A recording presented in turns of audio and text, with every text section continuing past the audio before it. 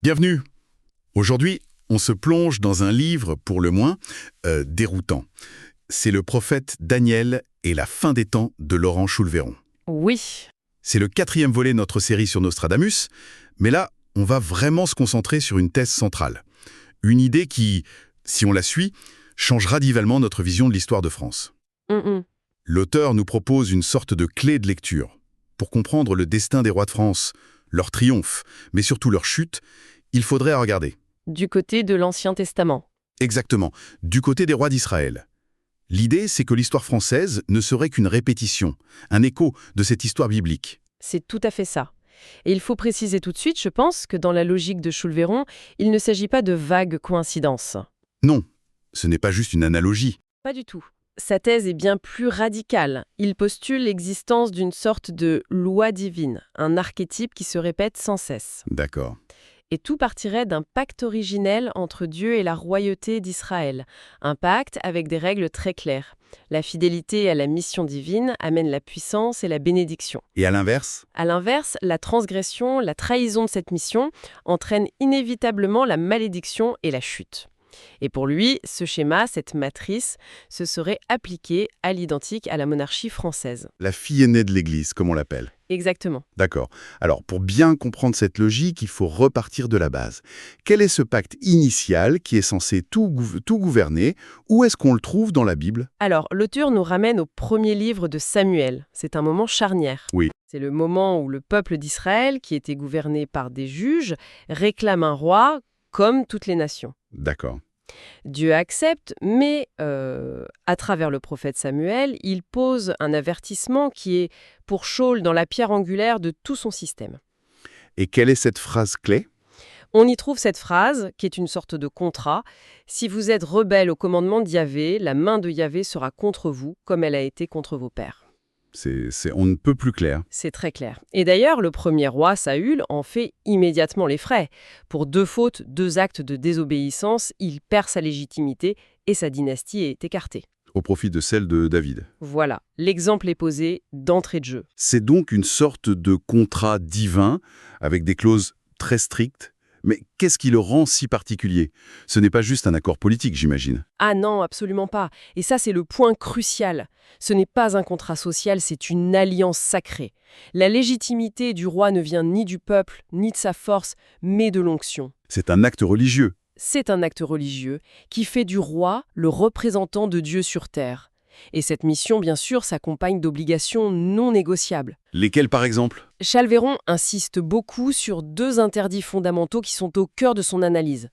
D'abord, le rejet total des dieux étrangers, D'accord. et ensuite, l'interdiction des alliances matrimoniales avec des femmes étrangères. Et pourquoi c'est interdit spécifiquement? Alors, l'auteur insiste, ce n'est pas par xénophobie, c'est parce que ces unions sont vues comme la porte d'entrée de la corruption spirituelle. C'est le moyen par lequel le cœur du roi peut être détourné de sa mission. Ce qui nous amène tout droit à l'exemple le plus célèbre, celui qui avait tout pour réussir mais qui a tout perdu en enfreigeant cette règle précise. Salomon, bien sûr. Salomon. Exactement. Le règne de Salomon, c'est l'archétype parfait. Il commence par une sagesse légendaire, une richesse, une puissance. Inégali. Voilà. Mais le récit biblique, que Choulveron cite abondamment, est très clair sur la cause de sa chute. Ces femmes. Le premier livre des rois dit « Il eut 700 femmes de rang princier et 300 concubines, et ces femmes firent dévier son cœur. Ces femmes étrangères l'entraînent à construire des temples pour leur propre Dieu. Astarté, Moloch. » Sur le sol même d'Israël. C'est la transgression ultime. Et la sanction est immédiate et prophétique. Dieu lui annonce que le royaume sera divisé et arraché à son fils. Et c'est là que Choulveron fait ce grand saut par-dessus les siècles pour appliquer ce modèle à la France. Il voit dans l'influence de certaines reines étrangères à la cour le même mécanisme de décadence. C'est sa lecture, oui.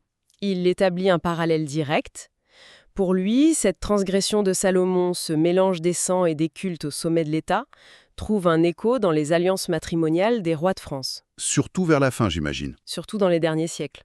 Il cite un exemple très précis, Marie-Joseph de Saxe, la mère de Louis XVI. Fille du roi de Pologne. C'est ça. De son point de vue, une telle alliance, si on l'analyse à travers ce prisme biblique, représente un affaiblissement du pacte sacré. L'idée, encore une fois, n'est pas politique. Elle est spirituelle. Elle est spirituelle. Introduire des influences étrangères à ce niveau, c'est risquer de diluer la mission divine de la royauté française. C'est une interprétation audacieuse, c'est le moins qu'on puisse dire, mais là où la thèse devient vraiment spectaculaire, c'est quand il prétend avoir identifié une sorte de preuve.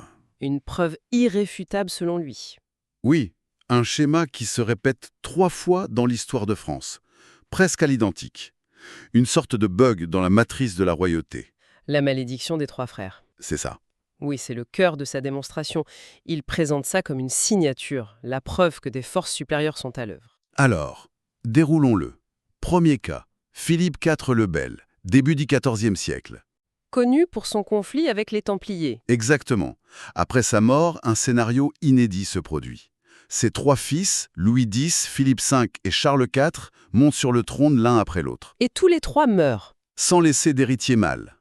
En une quinzaine d'années, la lignée des Capétiens directs, qui régnait depuis plus de 300 ans, s'éteint. Fin du premier acte. Bon, là on pourrait se dire c'est une tragédie familiale, un hasard de la génétique, ça arrive. C'est ce qu'on se dirait. Sauf que, selon Cholveron, le même scénario se reproduit à peine 2 siècles plus tard. Avec les Valois?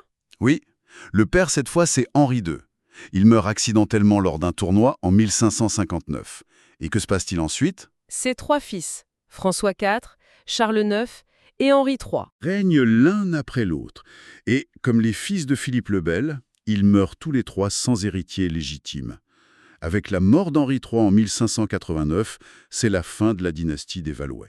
Le copier-coller est troublant. Le parallèle est en effet frappant. 2 des plus grandes dynasties françaises qui s'achèvent exactement de la même manière, un roi-père, suivi d'une fratrie de 3 rois qui clôturent la lignée. Pour Cholveron, la coïncidence n'est plus tenable. Il cite Nostradamus là-dessous d'ailleurs. Oui, le mot en double, pour lui c'est un signe. Et il y a un 3e cas, le dernier écho, qui mène directement à la fin de la monarchie. Cette fois, le père est Louis XV. Mais là, ce ne sont pas ses fils directs. Non, ce sont ses 3 petits-fils qui vont se succéder.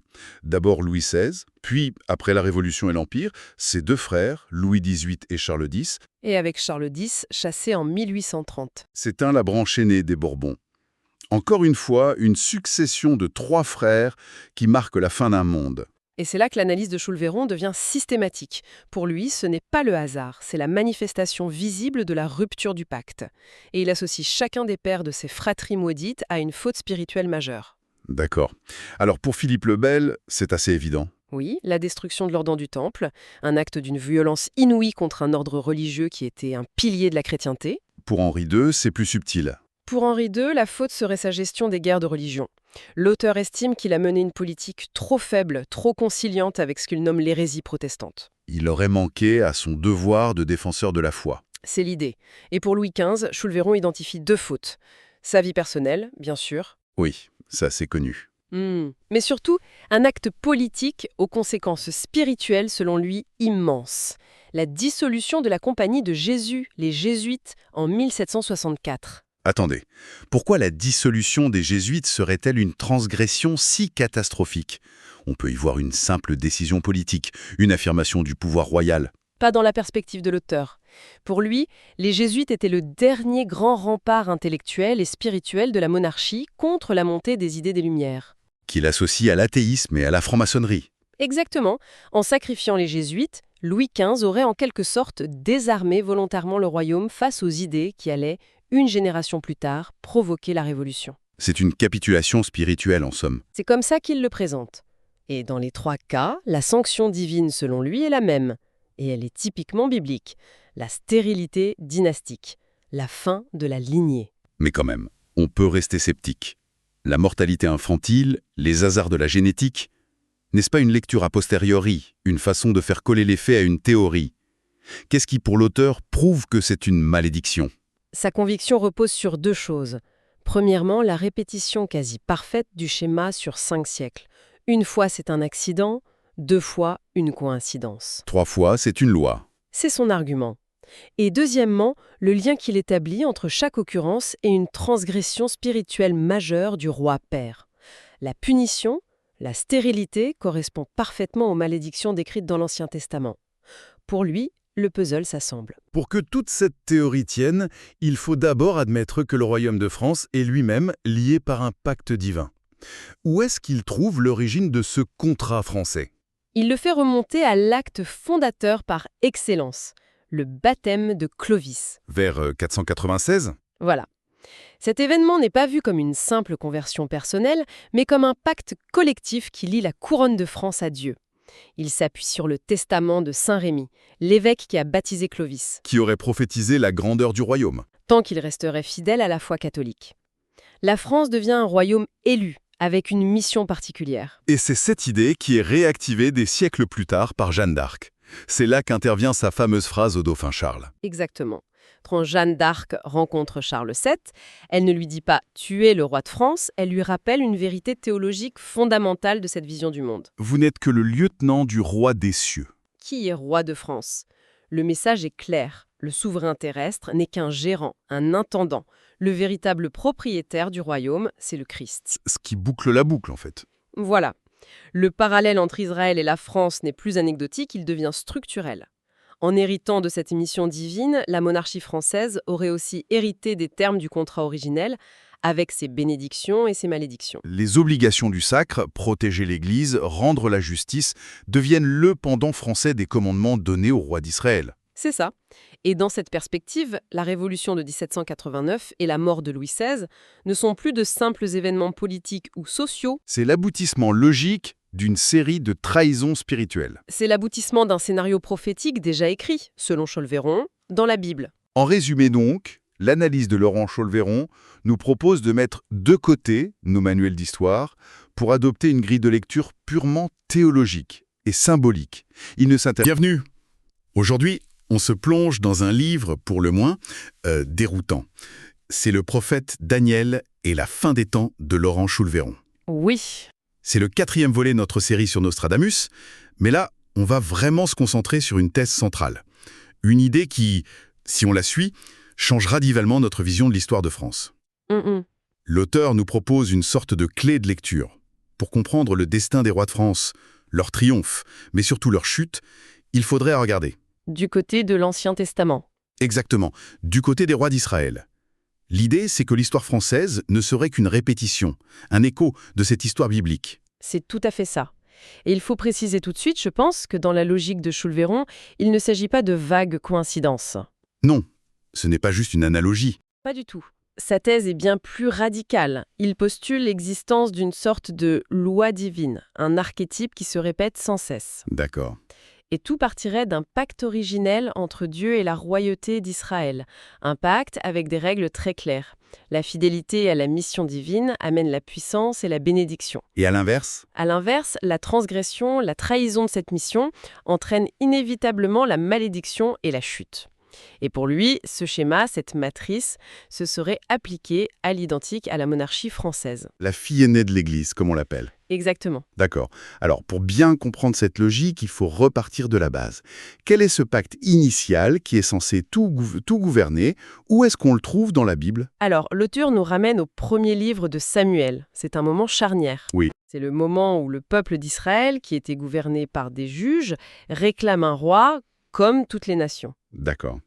Dieu accepte, mais à travers le prophète Samuel, il pose un avertissement qui est pour Saül dans la pierre angulaire de tout son système. Et quelle est cette phrase clé? On y trouve cette phrase, qui est une sorte de contrat. « Si vous êtes rebelles au commandement de Yahvé, la main de Yahvé sera contre vous, comme elle a été contre vos pères. » On ne peut plus clair. C'est très clair. Et d'ailleurs, le premier roi, Saül, en fait immédiatement les frais. Pour 2 fautes, 2 actes de désobéissance, il perd sa légitimité et sa dynastie est écartée. Au profit de celle de David. Voilà, l'exemple est posé d'entrée de jeu. C'est donc une sorte de contrat divin, avec des clauses très strictes. Mais qu'est-ce qui le rend si particulier? Ce n'est pas juste un accord politique, j'imagine. Ah non, absolument pas. Et ça, c'est le point crucial. Ce n'est pas un contrat social, c'est une alliance sacrée. La légitimité du roi ne vient ni du peuple, ni de sa force, mais de l'onction. C'est un acte religieux. C'est un acte religieux qui fait du roi le représentant de Dieu sur terre. Et cette mission, bien sûr, s'accompagne d'obligations non négociables. Lesquelles, par exemple? Cholveron insiste beaucoup sur 2 interdits fondamentaux qui sont au cœur de son analyse.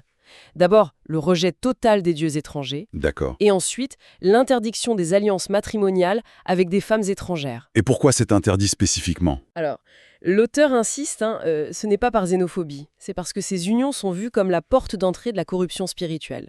C'est le moyen par lequel le cœur du roi peut être détourné de sa mission. Ce qui nous amène tout droit à l'exemple le plus célèbre, celui qui avait tout pour réussir mais qui a tout perdu en enfreigeant cette règle précise. Salomon, bien sûr. Salomon. Exactement.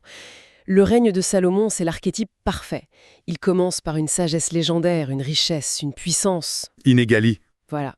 Mais le récit biblique, que Cholveron cite abondamment, est très clair sur la cause de sa chute. Ces femmes. Le premier livre des rois dit « Il eut 700 femmes de rang princier et 300 concubines, et ces femmes firent dévier son cœur. Ces femmes étrangères l'entraînent à construire des temples pour leurs propres dieux. Astarté, Moloch. » Sur le sol même d'Israël. C'est la transgression ultime. Et la sanction est immédiate et prophétique. Dieu lui annonce que le royaume sera divisé et arraché à son fils. Et c'est là que Cholveron fait ce grand saut par-dessus les siècles pour appliquer ce modèle à la France. Il voit dans l'influence de certaines reines étrangères à la cour le même mécanisme de décadence. C'est sa lecture, oui. Il établit un parallèle direct. Pour lui, cette transgression de Salomon, ce mélange des sangs et des cultes au sommet de l'État, trouve un écho dans les alliances matrimoniales des rois de France, Surtout vers la fin, j'imagine. surtout dans les derniers siècles. Il cite un exemple très précis, Marie-Joseph de Saxe, la mère de Louis XVI. Fille du roi de Pologne. C'est ça. De son point de vue, une telle alliance, si on l'analyse à travers ce prisme biblique, représente un affaiblissement du pacte sacré. L'idée, encore une fois, n'est pas politique. Elle est spirituelle. Elle est spirituelle. Introduire des influences étrangères à ce niveau, c'est risquer de diluer la mission divine de la royauté française. C'est une interprétation audacieuse, c'est le moins qu'on puisse dire, mais là où la thèse devient vraiment spectaculaire, c'est quand il prétend avoir identifié une sorte de preuve. Une preuve irréfutable selon lui. Oui, un schéma qui se répète 3 fois dans l'histoire de France, presque à l'identique. Une sorte de bug dans la matrice de la royauté. La malédiction des 3 frères. C'est ça. Oui, c'est le cœur de sa démonstration. Il présente ça comme une signature, la preuve que des forces supérieures sont à l'œuvre. Alors, déroulons-le. Premier cas, Philippe IV le Bel, début du XIVe siècle. Connu pour son conflit avec les Templiers. Exactement. Après sa mort, un scénario inédit se produit. Ses 3 fils, Louis X, Philippe V et Charles IV, montent sur le trône l'un après l'autre, Et tous les 3 meurent. sans laisser d'héritier mâle. En une quinzaine d'années, la lignée des Capétiens directs, qui régnait depuis plus de 300 ans, s'éteint. Fin du premier acte. Bon, là on pourrait se dire c'est une tragédie familiale, un hasard de la génétique, ça arrive. C'est ce qu'on se dirait. Sauf que, selon Cholveron, le même scénario se reproduit à peine 2 siècles plus tard. Avec les Valois? Oui, le père cette fois c'est Henri II. Il meurt accidentellement lors d'un tournoi en 1559. Et que se passe-t-il ensuite? Ses 3 fils, François IV, Charles IX et Henri III. Règnent l'un après l'autre. Et, comme les fils de Philippe le Bel, ils meurent tous les 3 sans héritier légitime. Avec la mort d'Henri III en 1589, c'est la fin de la dynastie des Valois. Le copier-coller est troublant. Le parallèle est en effet frappant. 2 des plus grandes dynasties françaises qui s'achèvent exactement de la même manière, un roi-père, suivi d'une fratrie de 3 rois qui clôturent la lignée. Pour Cholveron, la coïncidence n'est plus tenable. Il cite Nostradamus là-dessous d'ailleurs. Oui, le mot en double, pour lui c'est un signe. Et il y a un 3e cas, le dernier écho, qui mène directement à la fin de la monarchie. Cette fois, le père est Louis XV. Mais là, ce ne sont pas ses fils directs. Non, ce sont ses 3 petits-fils qui vont se succéder. D'abord Louis XVI, puis, après la Révolution et l'Empire, ses 2 frères, Louis XVIII et Charles X. Et avec Charles X, chassé en 1830. C'est la branche aînée des Bourbons. Encore une fois, une succession de 3 frères qui marque la fin d'un monde. Et c'est là que l'analyse de Cholveron devient systématique. Pour lui, ce n'est pas le hasard, c'est la manifestation visible de la rupture du pacte. Et il associe chacun des pères de ces fratries maudites à une faute spirituelle majeure. D'accord. Alors pour Philippe le Bel, c'est assez évident. Oui, la destruction de l'ordre du Temple, un acte d'une violence inouïe contre un ordre religieux qui était un pilier de la chrétienté. Pour Henri II, c'est plus subtil. Pour Henri II, la faute serait sa gestion des guerres de religion. L'auteur estime qu'il a mené une politique trop faible, trop conciliante avec ce qu'il nomme l'hérésie protestante. Il aurait manqué à son devoir de défenseur de la foi. C'est l'idée. Et pour Louis XV, Schulvéron identifie deux fautes. Sa vie personnelle, bien sûr. Oui, ça c'est connu. Mais surtout, un acte politique aux conséquences spirituelles selon lui immenses. La dissolution de la Compagnie de Jésus, les Jésuites, en 1764. Attendez, pourquoi la dissolution des Jésuites serait-elle une transgression si catastrophique? On peut y voir une simple décision politique, une affirmation du pouvoir royal. Pas dans la perspective de l'auteur. Pour lui, les Jésuites étaient le dernier grand rempart intellectuel et spirituel de la monarchie contre la montée des idées des Lumières. Qu'il associe à l'athéisme et à la franc-maçonnerie. Exactement. En sacrifiant les Jésuites, Louis XV aurait en quelque sorte désarmé volontairement le royaume face aux idées qui allaient, une génération plus tard, provoquer la Révolution. C'est une capitulation spirituelle en somme. C'est comme ça qu'il le présente. Et dans les trois cas, la sanction divine selon lui est la même. Et elle est typiquement biblique. La stérilité dynastique. La fin de la lignée. Mais quand même, on peut rester sceptique. La mortalité infantile, les hasards de la génétique, n'est-ce pas une lecture a posteriori, une façon de faire coller les faits à une théorie? Qu'est-ce qui, pour l'auteur, prouve que c'est une malédiction? Sa conviction repose sur deux choses. Premièrement, la répétition quasi parfaite du schéma sur 5 siècles. Une fois, c'est un accident, 2 fois, une coïncidence. 3 fois, c'est une loi. C'est son argument. Et deuxièmement, le lien qu'il établit entre chaque occurrence et une transgression spirituelle majeure du roi-père. La punition, la stérilité correspond parfaitement aux malédictions décrites dans l'Ancien Testament. Pour lui, le puzzle s'assemble. Pour que toute cette théorie tienne, il faut d'abord admettre que le royaume de France est lui-même lié par un pacte divin. Où est-ce qu'il trouve l'origine de ce contrat français? Il le fait remonter à l'acte fondateur par excellence, le baptême de Clovis. Vers 496? Voilà. Cet événement n'est pas vu comme une simple conversion personnelle, mais comme un pacte collectif qui lie la couronne de France à Dieu. Il s'appuie sur le testament de Saint Rémy, l'évêque qui a baptisé Clovis, Qui aurait prophétisé la grandeur du royaume. tant qu'il resterait fidèle à la foi catholique. La France devient un royaume élu, avec une mission particulière. Et c'est cette idée qui est réactivée des siècles plus tard par Jeanne d'Arc. C'est là qu'intervient sa fameuse phrase au dauphin Charles. Exactement. Quand Jeanne d'Arc rencontre Charles VII, elle ne lui dit pas « tu es le roi de France », elle lui rappelle une vérité théologique fondamentale de cette vision du monde. Vous n'êtes que le lieutenant du roi des cieux. Qui est roi de France? Le message est clair. Le souverain terrestre n'est qu'un gérant, un intendant. Le véritable propriétaire du royaume, c'est le Christ. Ce qui boucle la boucle, en fait. Voilà. Le parallèle entre Israël et la France n'est plus anecdotique, il devient structurel. En héritant de cette mission divine, la monarchie française aurait aussi hérité des termes du contrat originel, avec ses bénédictions et ses malédictions. Les obligations du sacre, protéger l'Église, rendre la justice, deviennent le pendant français des commandements donnés au roi d'Israël. C'est ça. Et dans cette perspective, la révolution de 1789 et la mort de Louis XVI ne sont plus de simples événements politiques ou sociaux. C'est l'aboutissement logique d'une série de trahisons spirituelles. C'est l'aboutissement d'un scénario prophétique déjà écrit, selon Schulvéron, dans la Bible. En résumé donc, l'analyse de Laurent Schulvéron nous propose de mettre de côté nos manuels d'histoire pour adopter une grille de lecture purement théologique et symbolique. Il ne s'intéresse... Bienvenue. Aujourd'hui, on se plonge dans un livre, pour le moins, déroutant. C'est le prophète Daniel et la fin des temps de Laurent Schulvéron. Oui. C'est le 4e volet de notre série sur Nostradamus, mais là, on va vraiment se concentrer sur une thèse centrale. Une idée qui, si on la suit, change radicalement notre vision de l'histoire de France. L'auteur nous propose une sorte de clé de lecture. Pour comprendre le destin des rois de France, leur triomphe, mais surtout leur chute, il faudrait regarder. Du côté de l'Ancien Testament. Exactement, du côté des rois d'Israël. L'idée, c'est que l'histoire française ne serait qu'une répétition, un écho de cette histoire biblique. C'est tout à fait ça. Et il faut préciser tout de suite, je pense, que dans la logique de Schulvéron, il ne s'agit pas de vagues coïncidences. Non, ce n'est pas juste une analogie. Pas du tout. Sa thèse est bien plus radicale. Il postule l'existence d'une sorte de loi divine, un archétype qui se répète sans cesse. D'accord. Et tout partirait d'un pacte originel entre Dieu et la royauté d'Israël. Un pacte avec des règles très claires. La fidélité à la mission divine amène la puissance et la bénédiction. Et à l'inverse? À l'inverse, la transgression, la trahison de cette mission entraîne inévitablement la malédiction et la chute.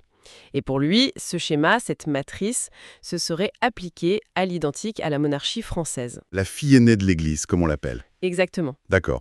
Alors, pour bien comprendre cette logique, il faut repartir de la base. Quel est ce pacte initial qui est censé tout gouverner? Où est-ce qu'on le trouve dans la Bible? Alors, l'auteur nous ramène au premier livre de Samuel. C'est un moment charnière. Oui. C'est le moment où le peuple d'Israël, qui était gouverné par des juges, réclame un roi comme toutes les nations. D'accord. Dieu accepte, mais à travers le prophète Samuel, il pose un avertissement qui est pour Saül dans la pierre angulaire de tout son système. Et quelle est cette phrase clé? On y trouve cette phrase, qui est une sorte de contrat. « Si vous êtes rebelles au commandement de Yahvé, la main de Yahvé sera contre vous, comme elle a été contre vos pères. » On ne peut plus clair. C'est très clair. Et d'ailleurs, le premier roi, Saül, en fait immédiatement les frais. Pour 2 fautes, 2 actes de désobéissance, il perd sa légitimité et sa dynastie est écartée. Au profit de celle de David. Voilà, l'exemple est posé d'entrée de jeu. C'est donc une sorte de contrat divin, avec des clauses très strictes. Mais qu'est-ce qui le rend si particulier? Ce n'est pas juste un accord politique, j'imagine. Ah non, absolument pas. Et ça, c'est le point crucial. Ce n'est pas un contrat social, c'est une alliance sacrée.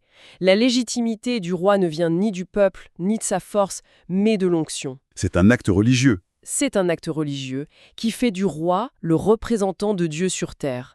Et cette mission, bien sûr, s'accompagne d'obligations non négociables. Lesquels, par exemple? Chalveron insiste beaucoup sur 2 interdits fondamentaux qui sont au cœur de son analyse.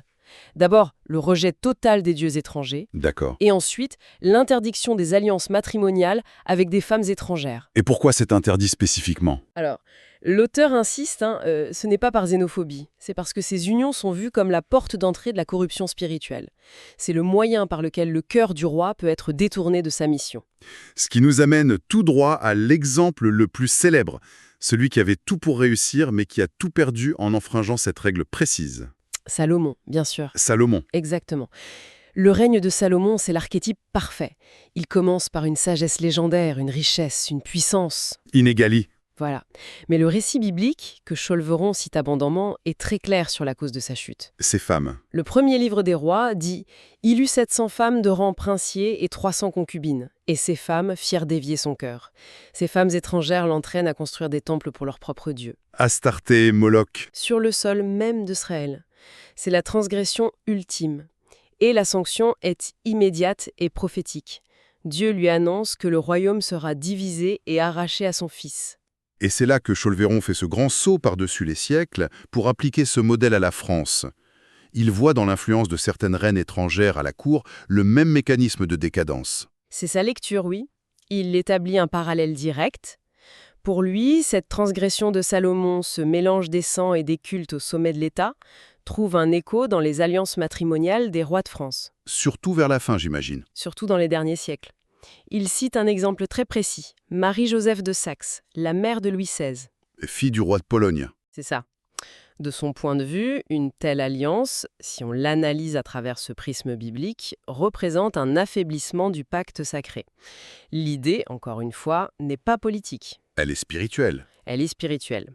Introduire des influences étrangères à ce niveau, c'est risquer de diluer la mission divine de la royauté française. C'est une interprétation audacieuse, c'est le moins qu'on puisse dire, mais là où la thèse devient vraiment spectaculaire, c'est quand il prétend avoir identifié une sorte de preuve. Une preuve irréfutable selon lui.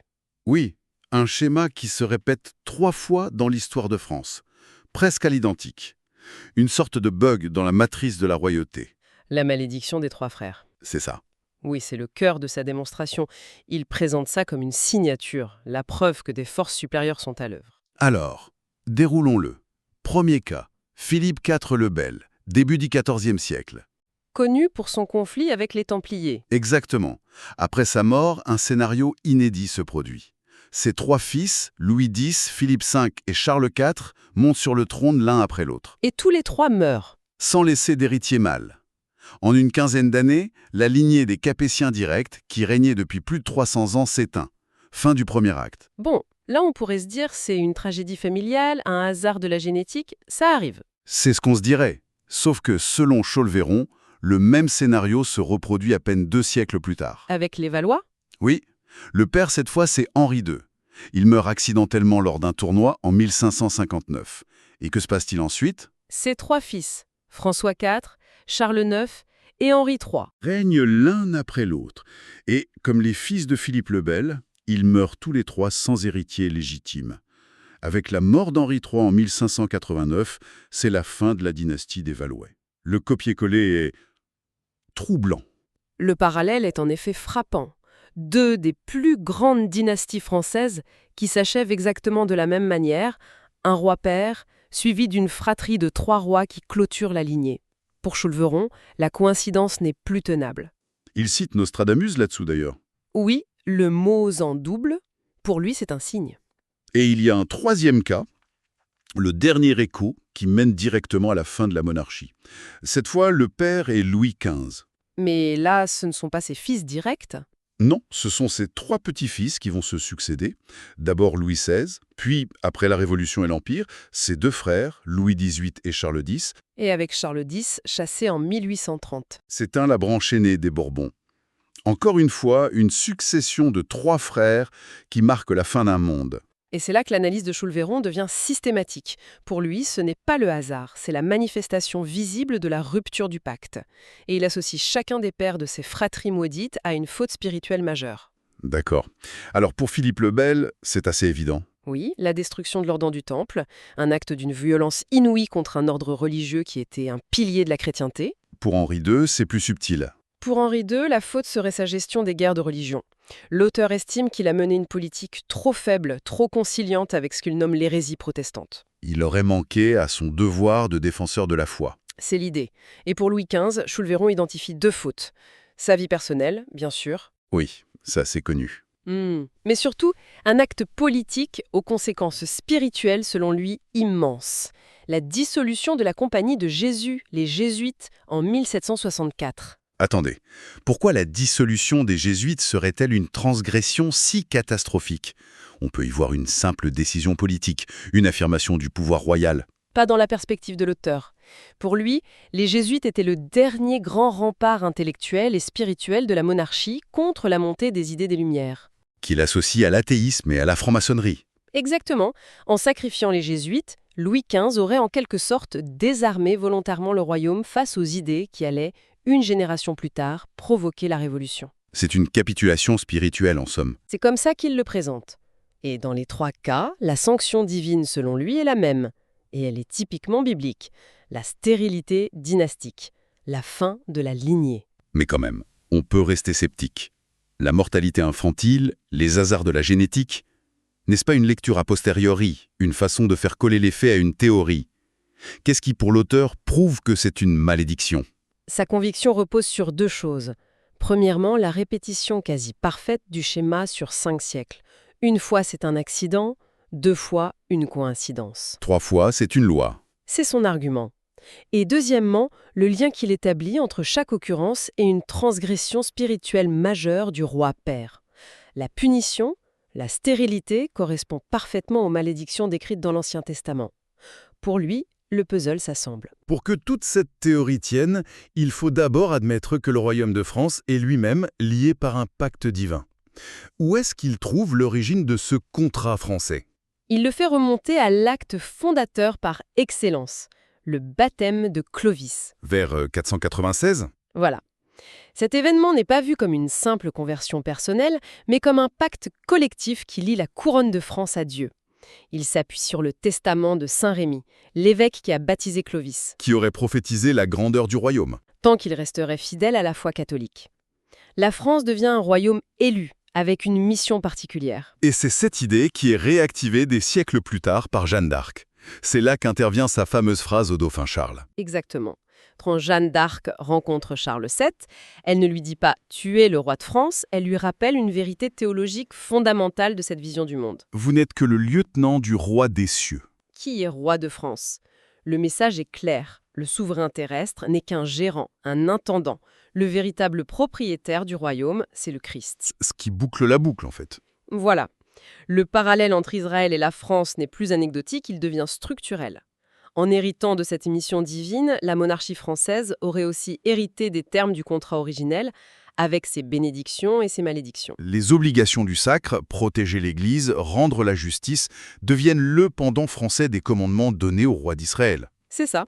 Et dans cette perspective, la révolution de 1789 et la mort de Louis XVI ne sont plus de simples événements politiques ou sociaux, C'est l'aboutissement logique d'une série de trahisons spirituelles. c'est l'aboutissement d'un scénario prophétique déjà écrit, selon Cholvéron, dans la Bible. En résumé donc, l'analyse de Laurent Cholvéron nous propose de mettre de côté nos manuels d'histoire pour adopter une grille de lecture purement théologique et symbolique. Il ne s'intéresse pas aux causes économiques ou sociales. Non, mais à une loi spirituelle supérieure.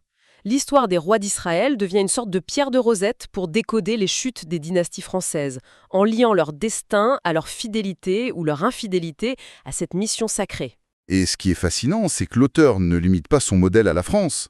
Il l'étend pour lui donner une portée plus universelle. Oui, il étend cette même grille d'analyse à la chute d'une autre grande monarchie chrétienne, la Russie des Tsars. D'accord. La fin brutale des Romanov en 1917 a des influences spirituelles étrangères qu'il juge délétères, et notamment à ce qu'il nomme le franquisme. Le franquisme, il faut qu'on s'arrête là-dessus une seconde. C'est un terme très spécifique. L'auteur explique ce que c'est ? Oui, il en donne une définition. Pour lui, le franquisme est un mouvement mystique et messianique issu du judaïsme au XVIIIe siècle, fondé par un certain Jacob Frank.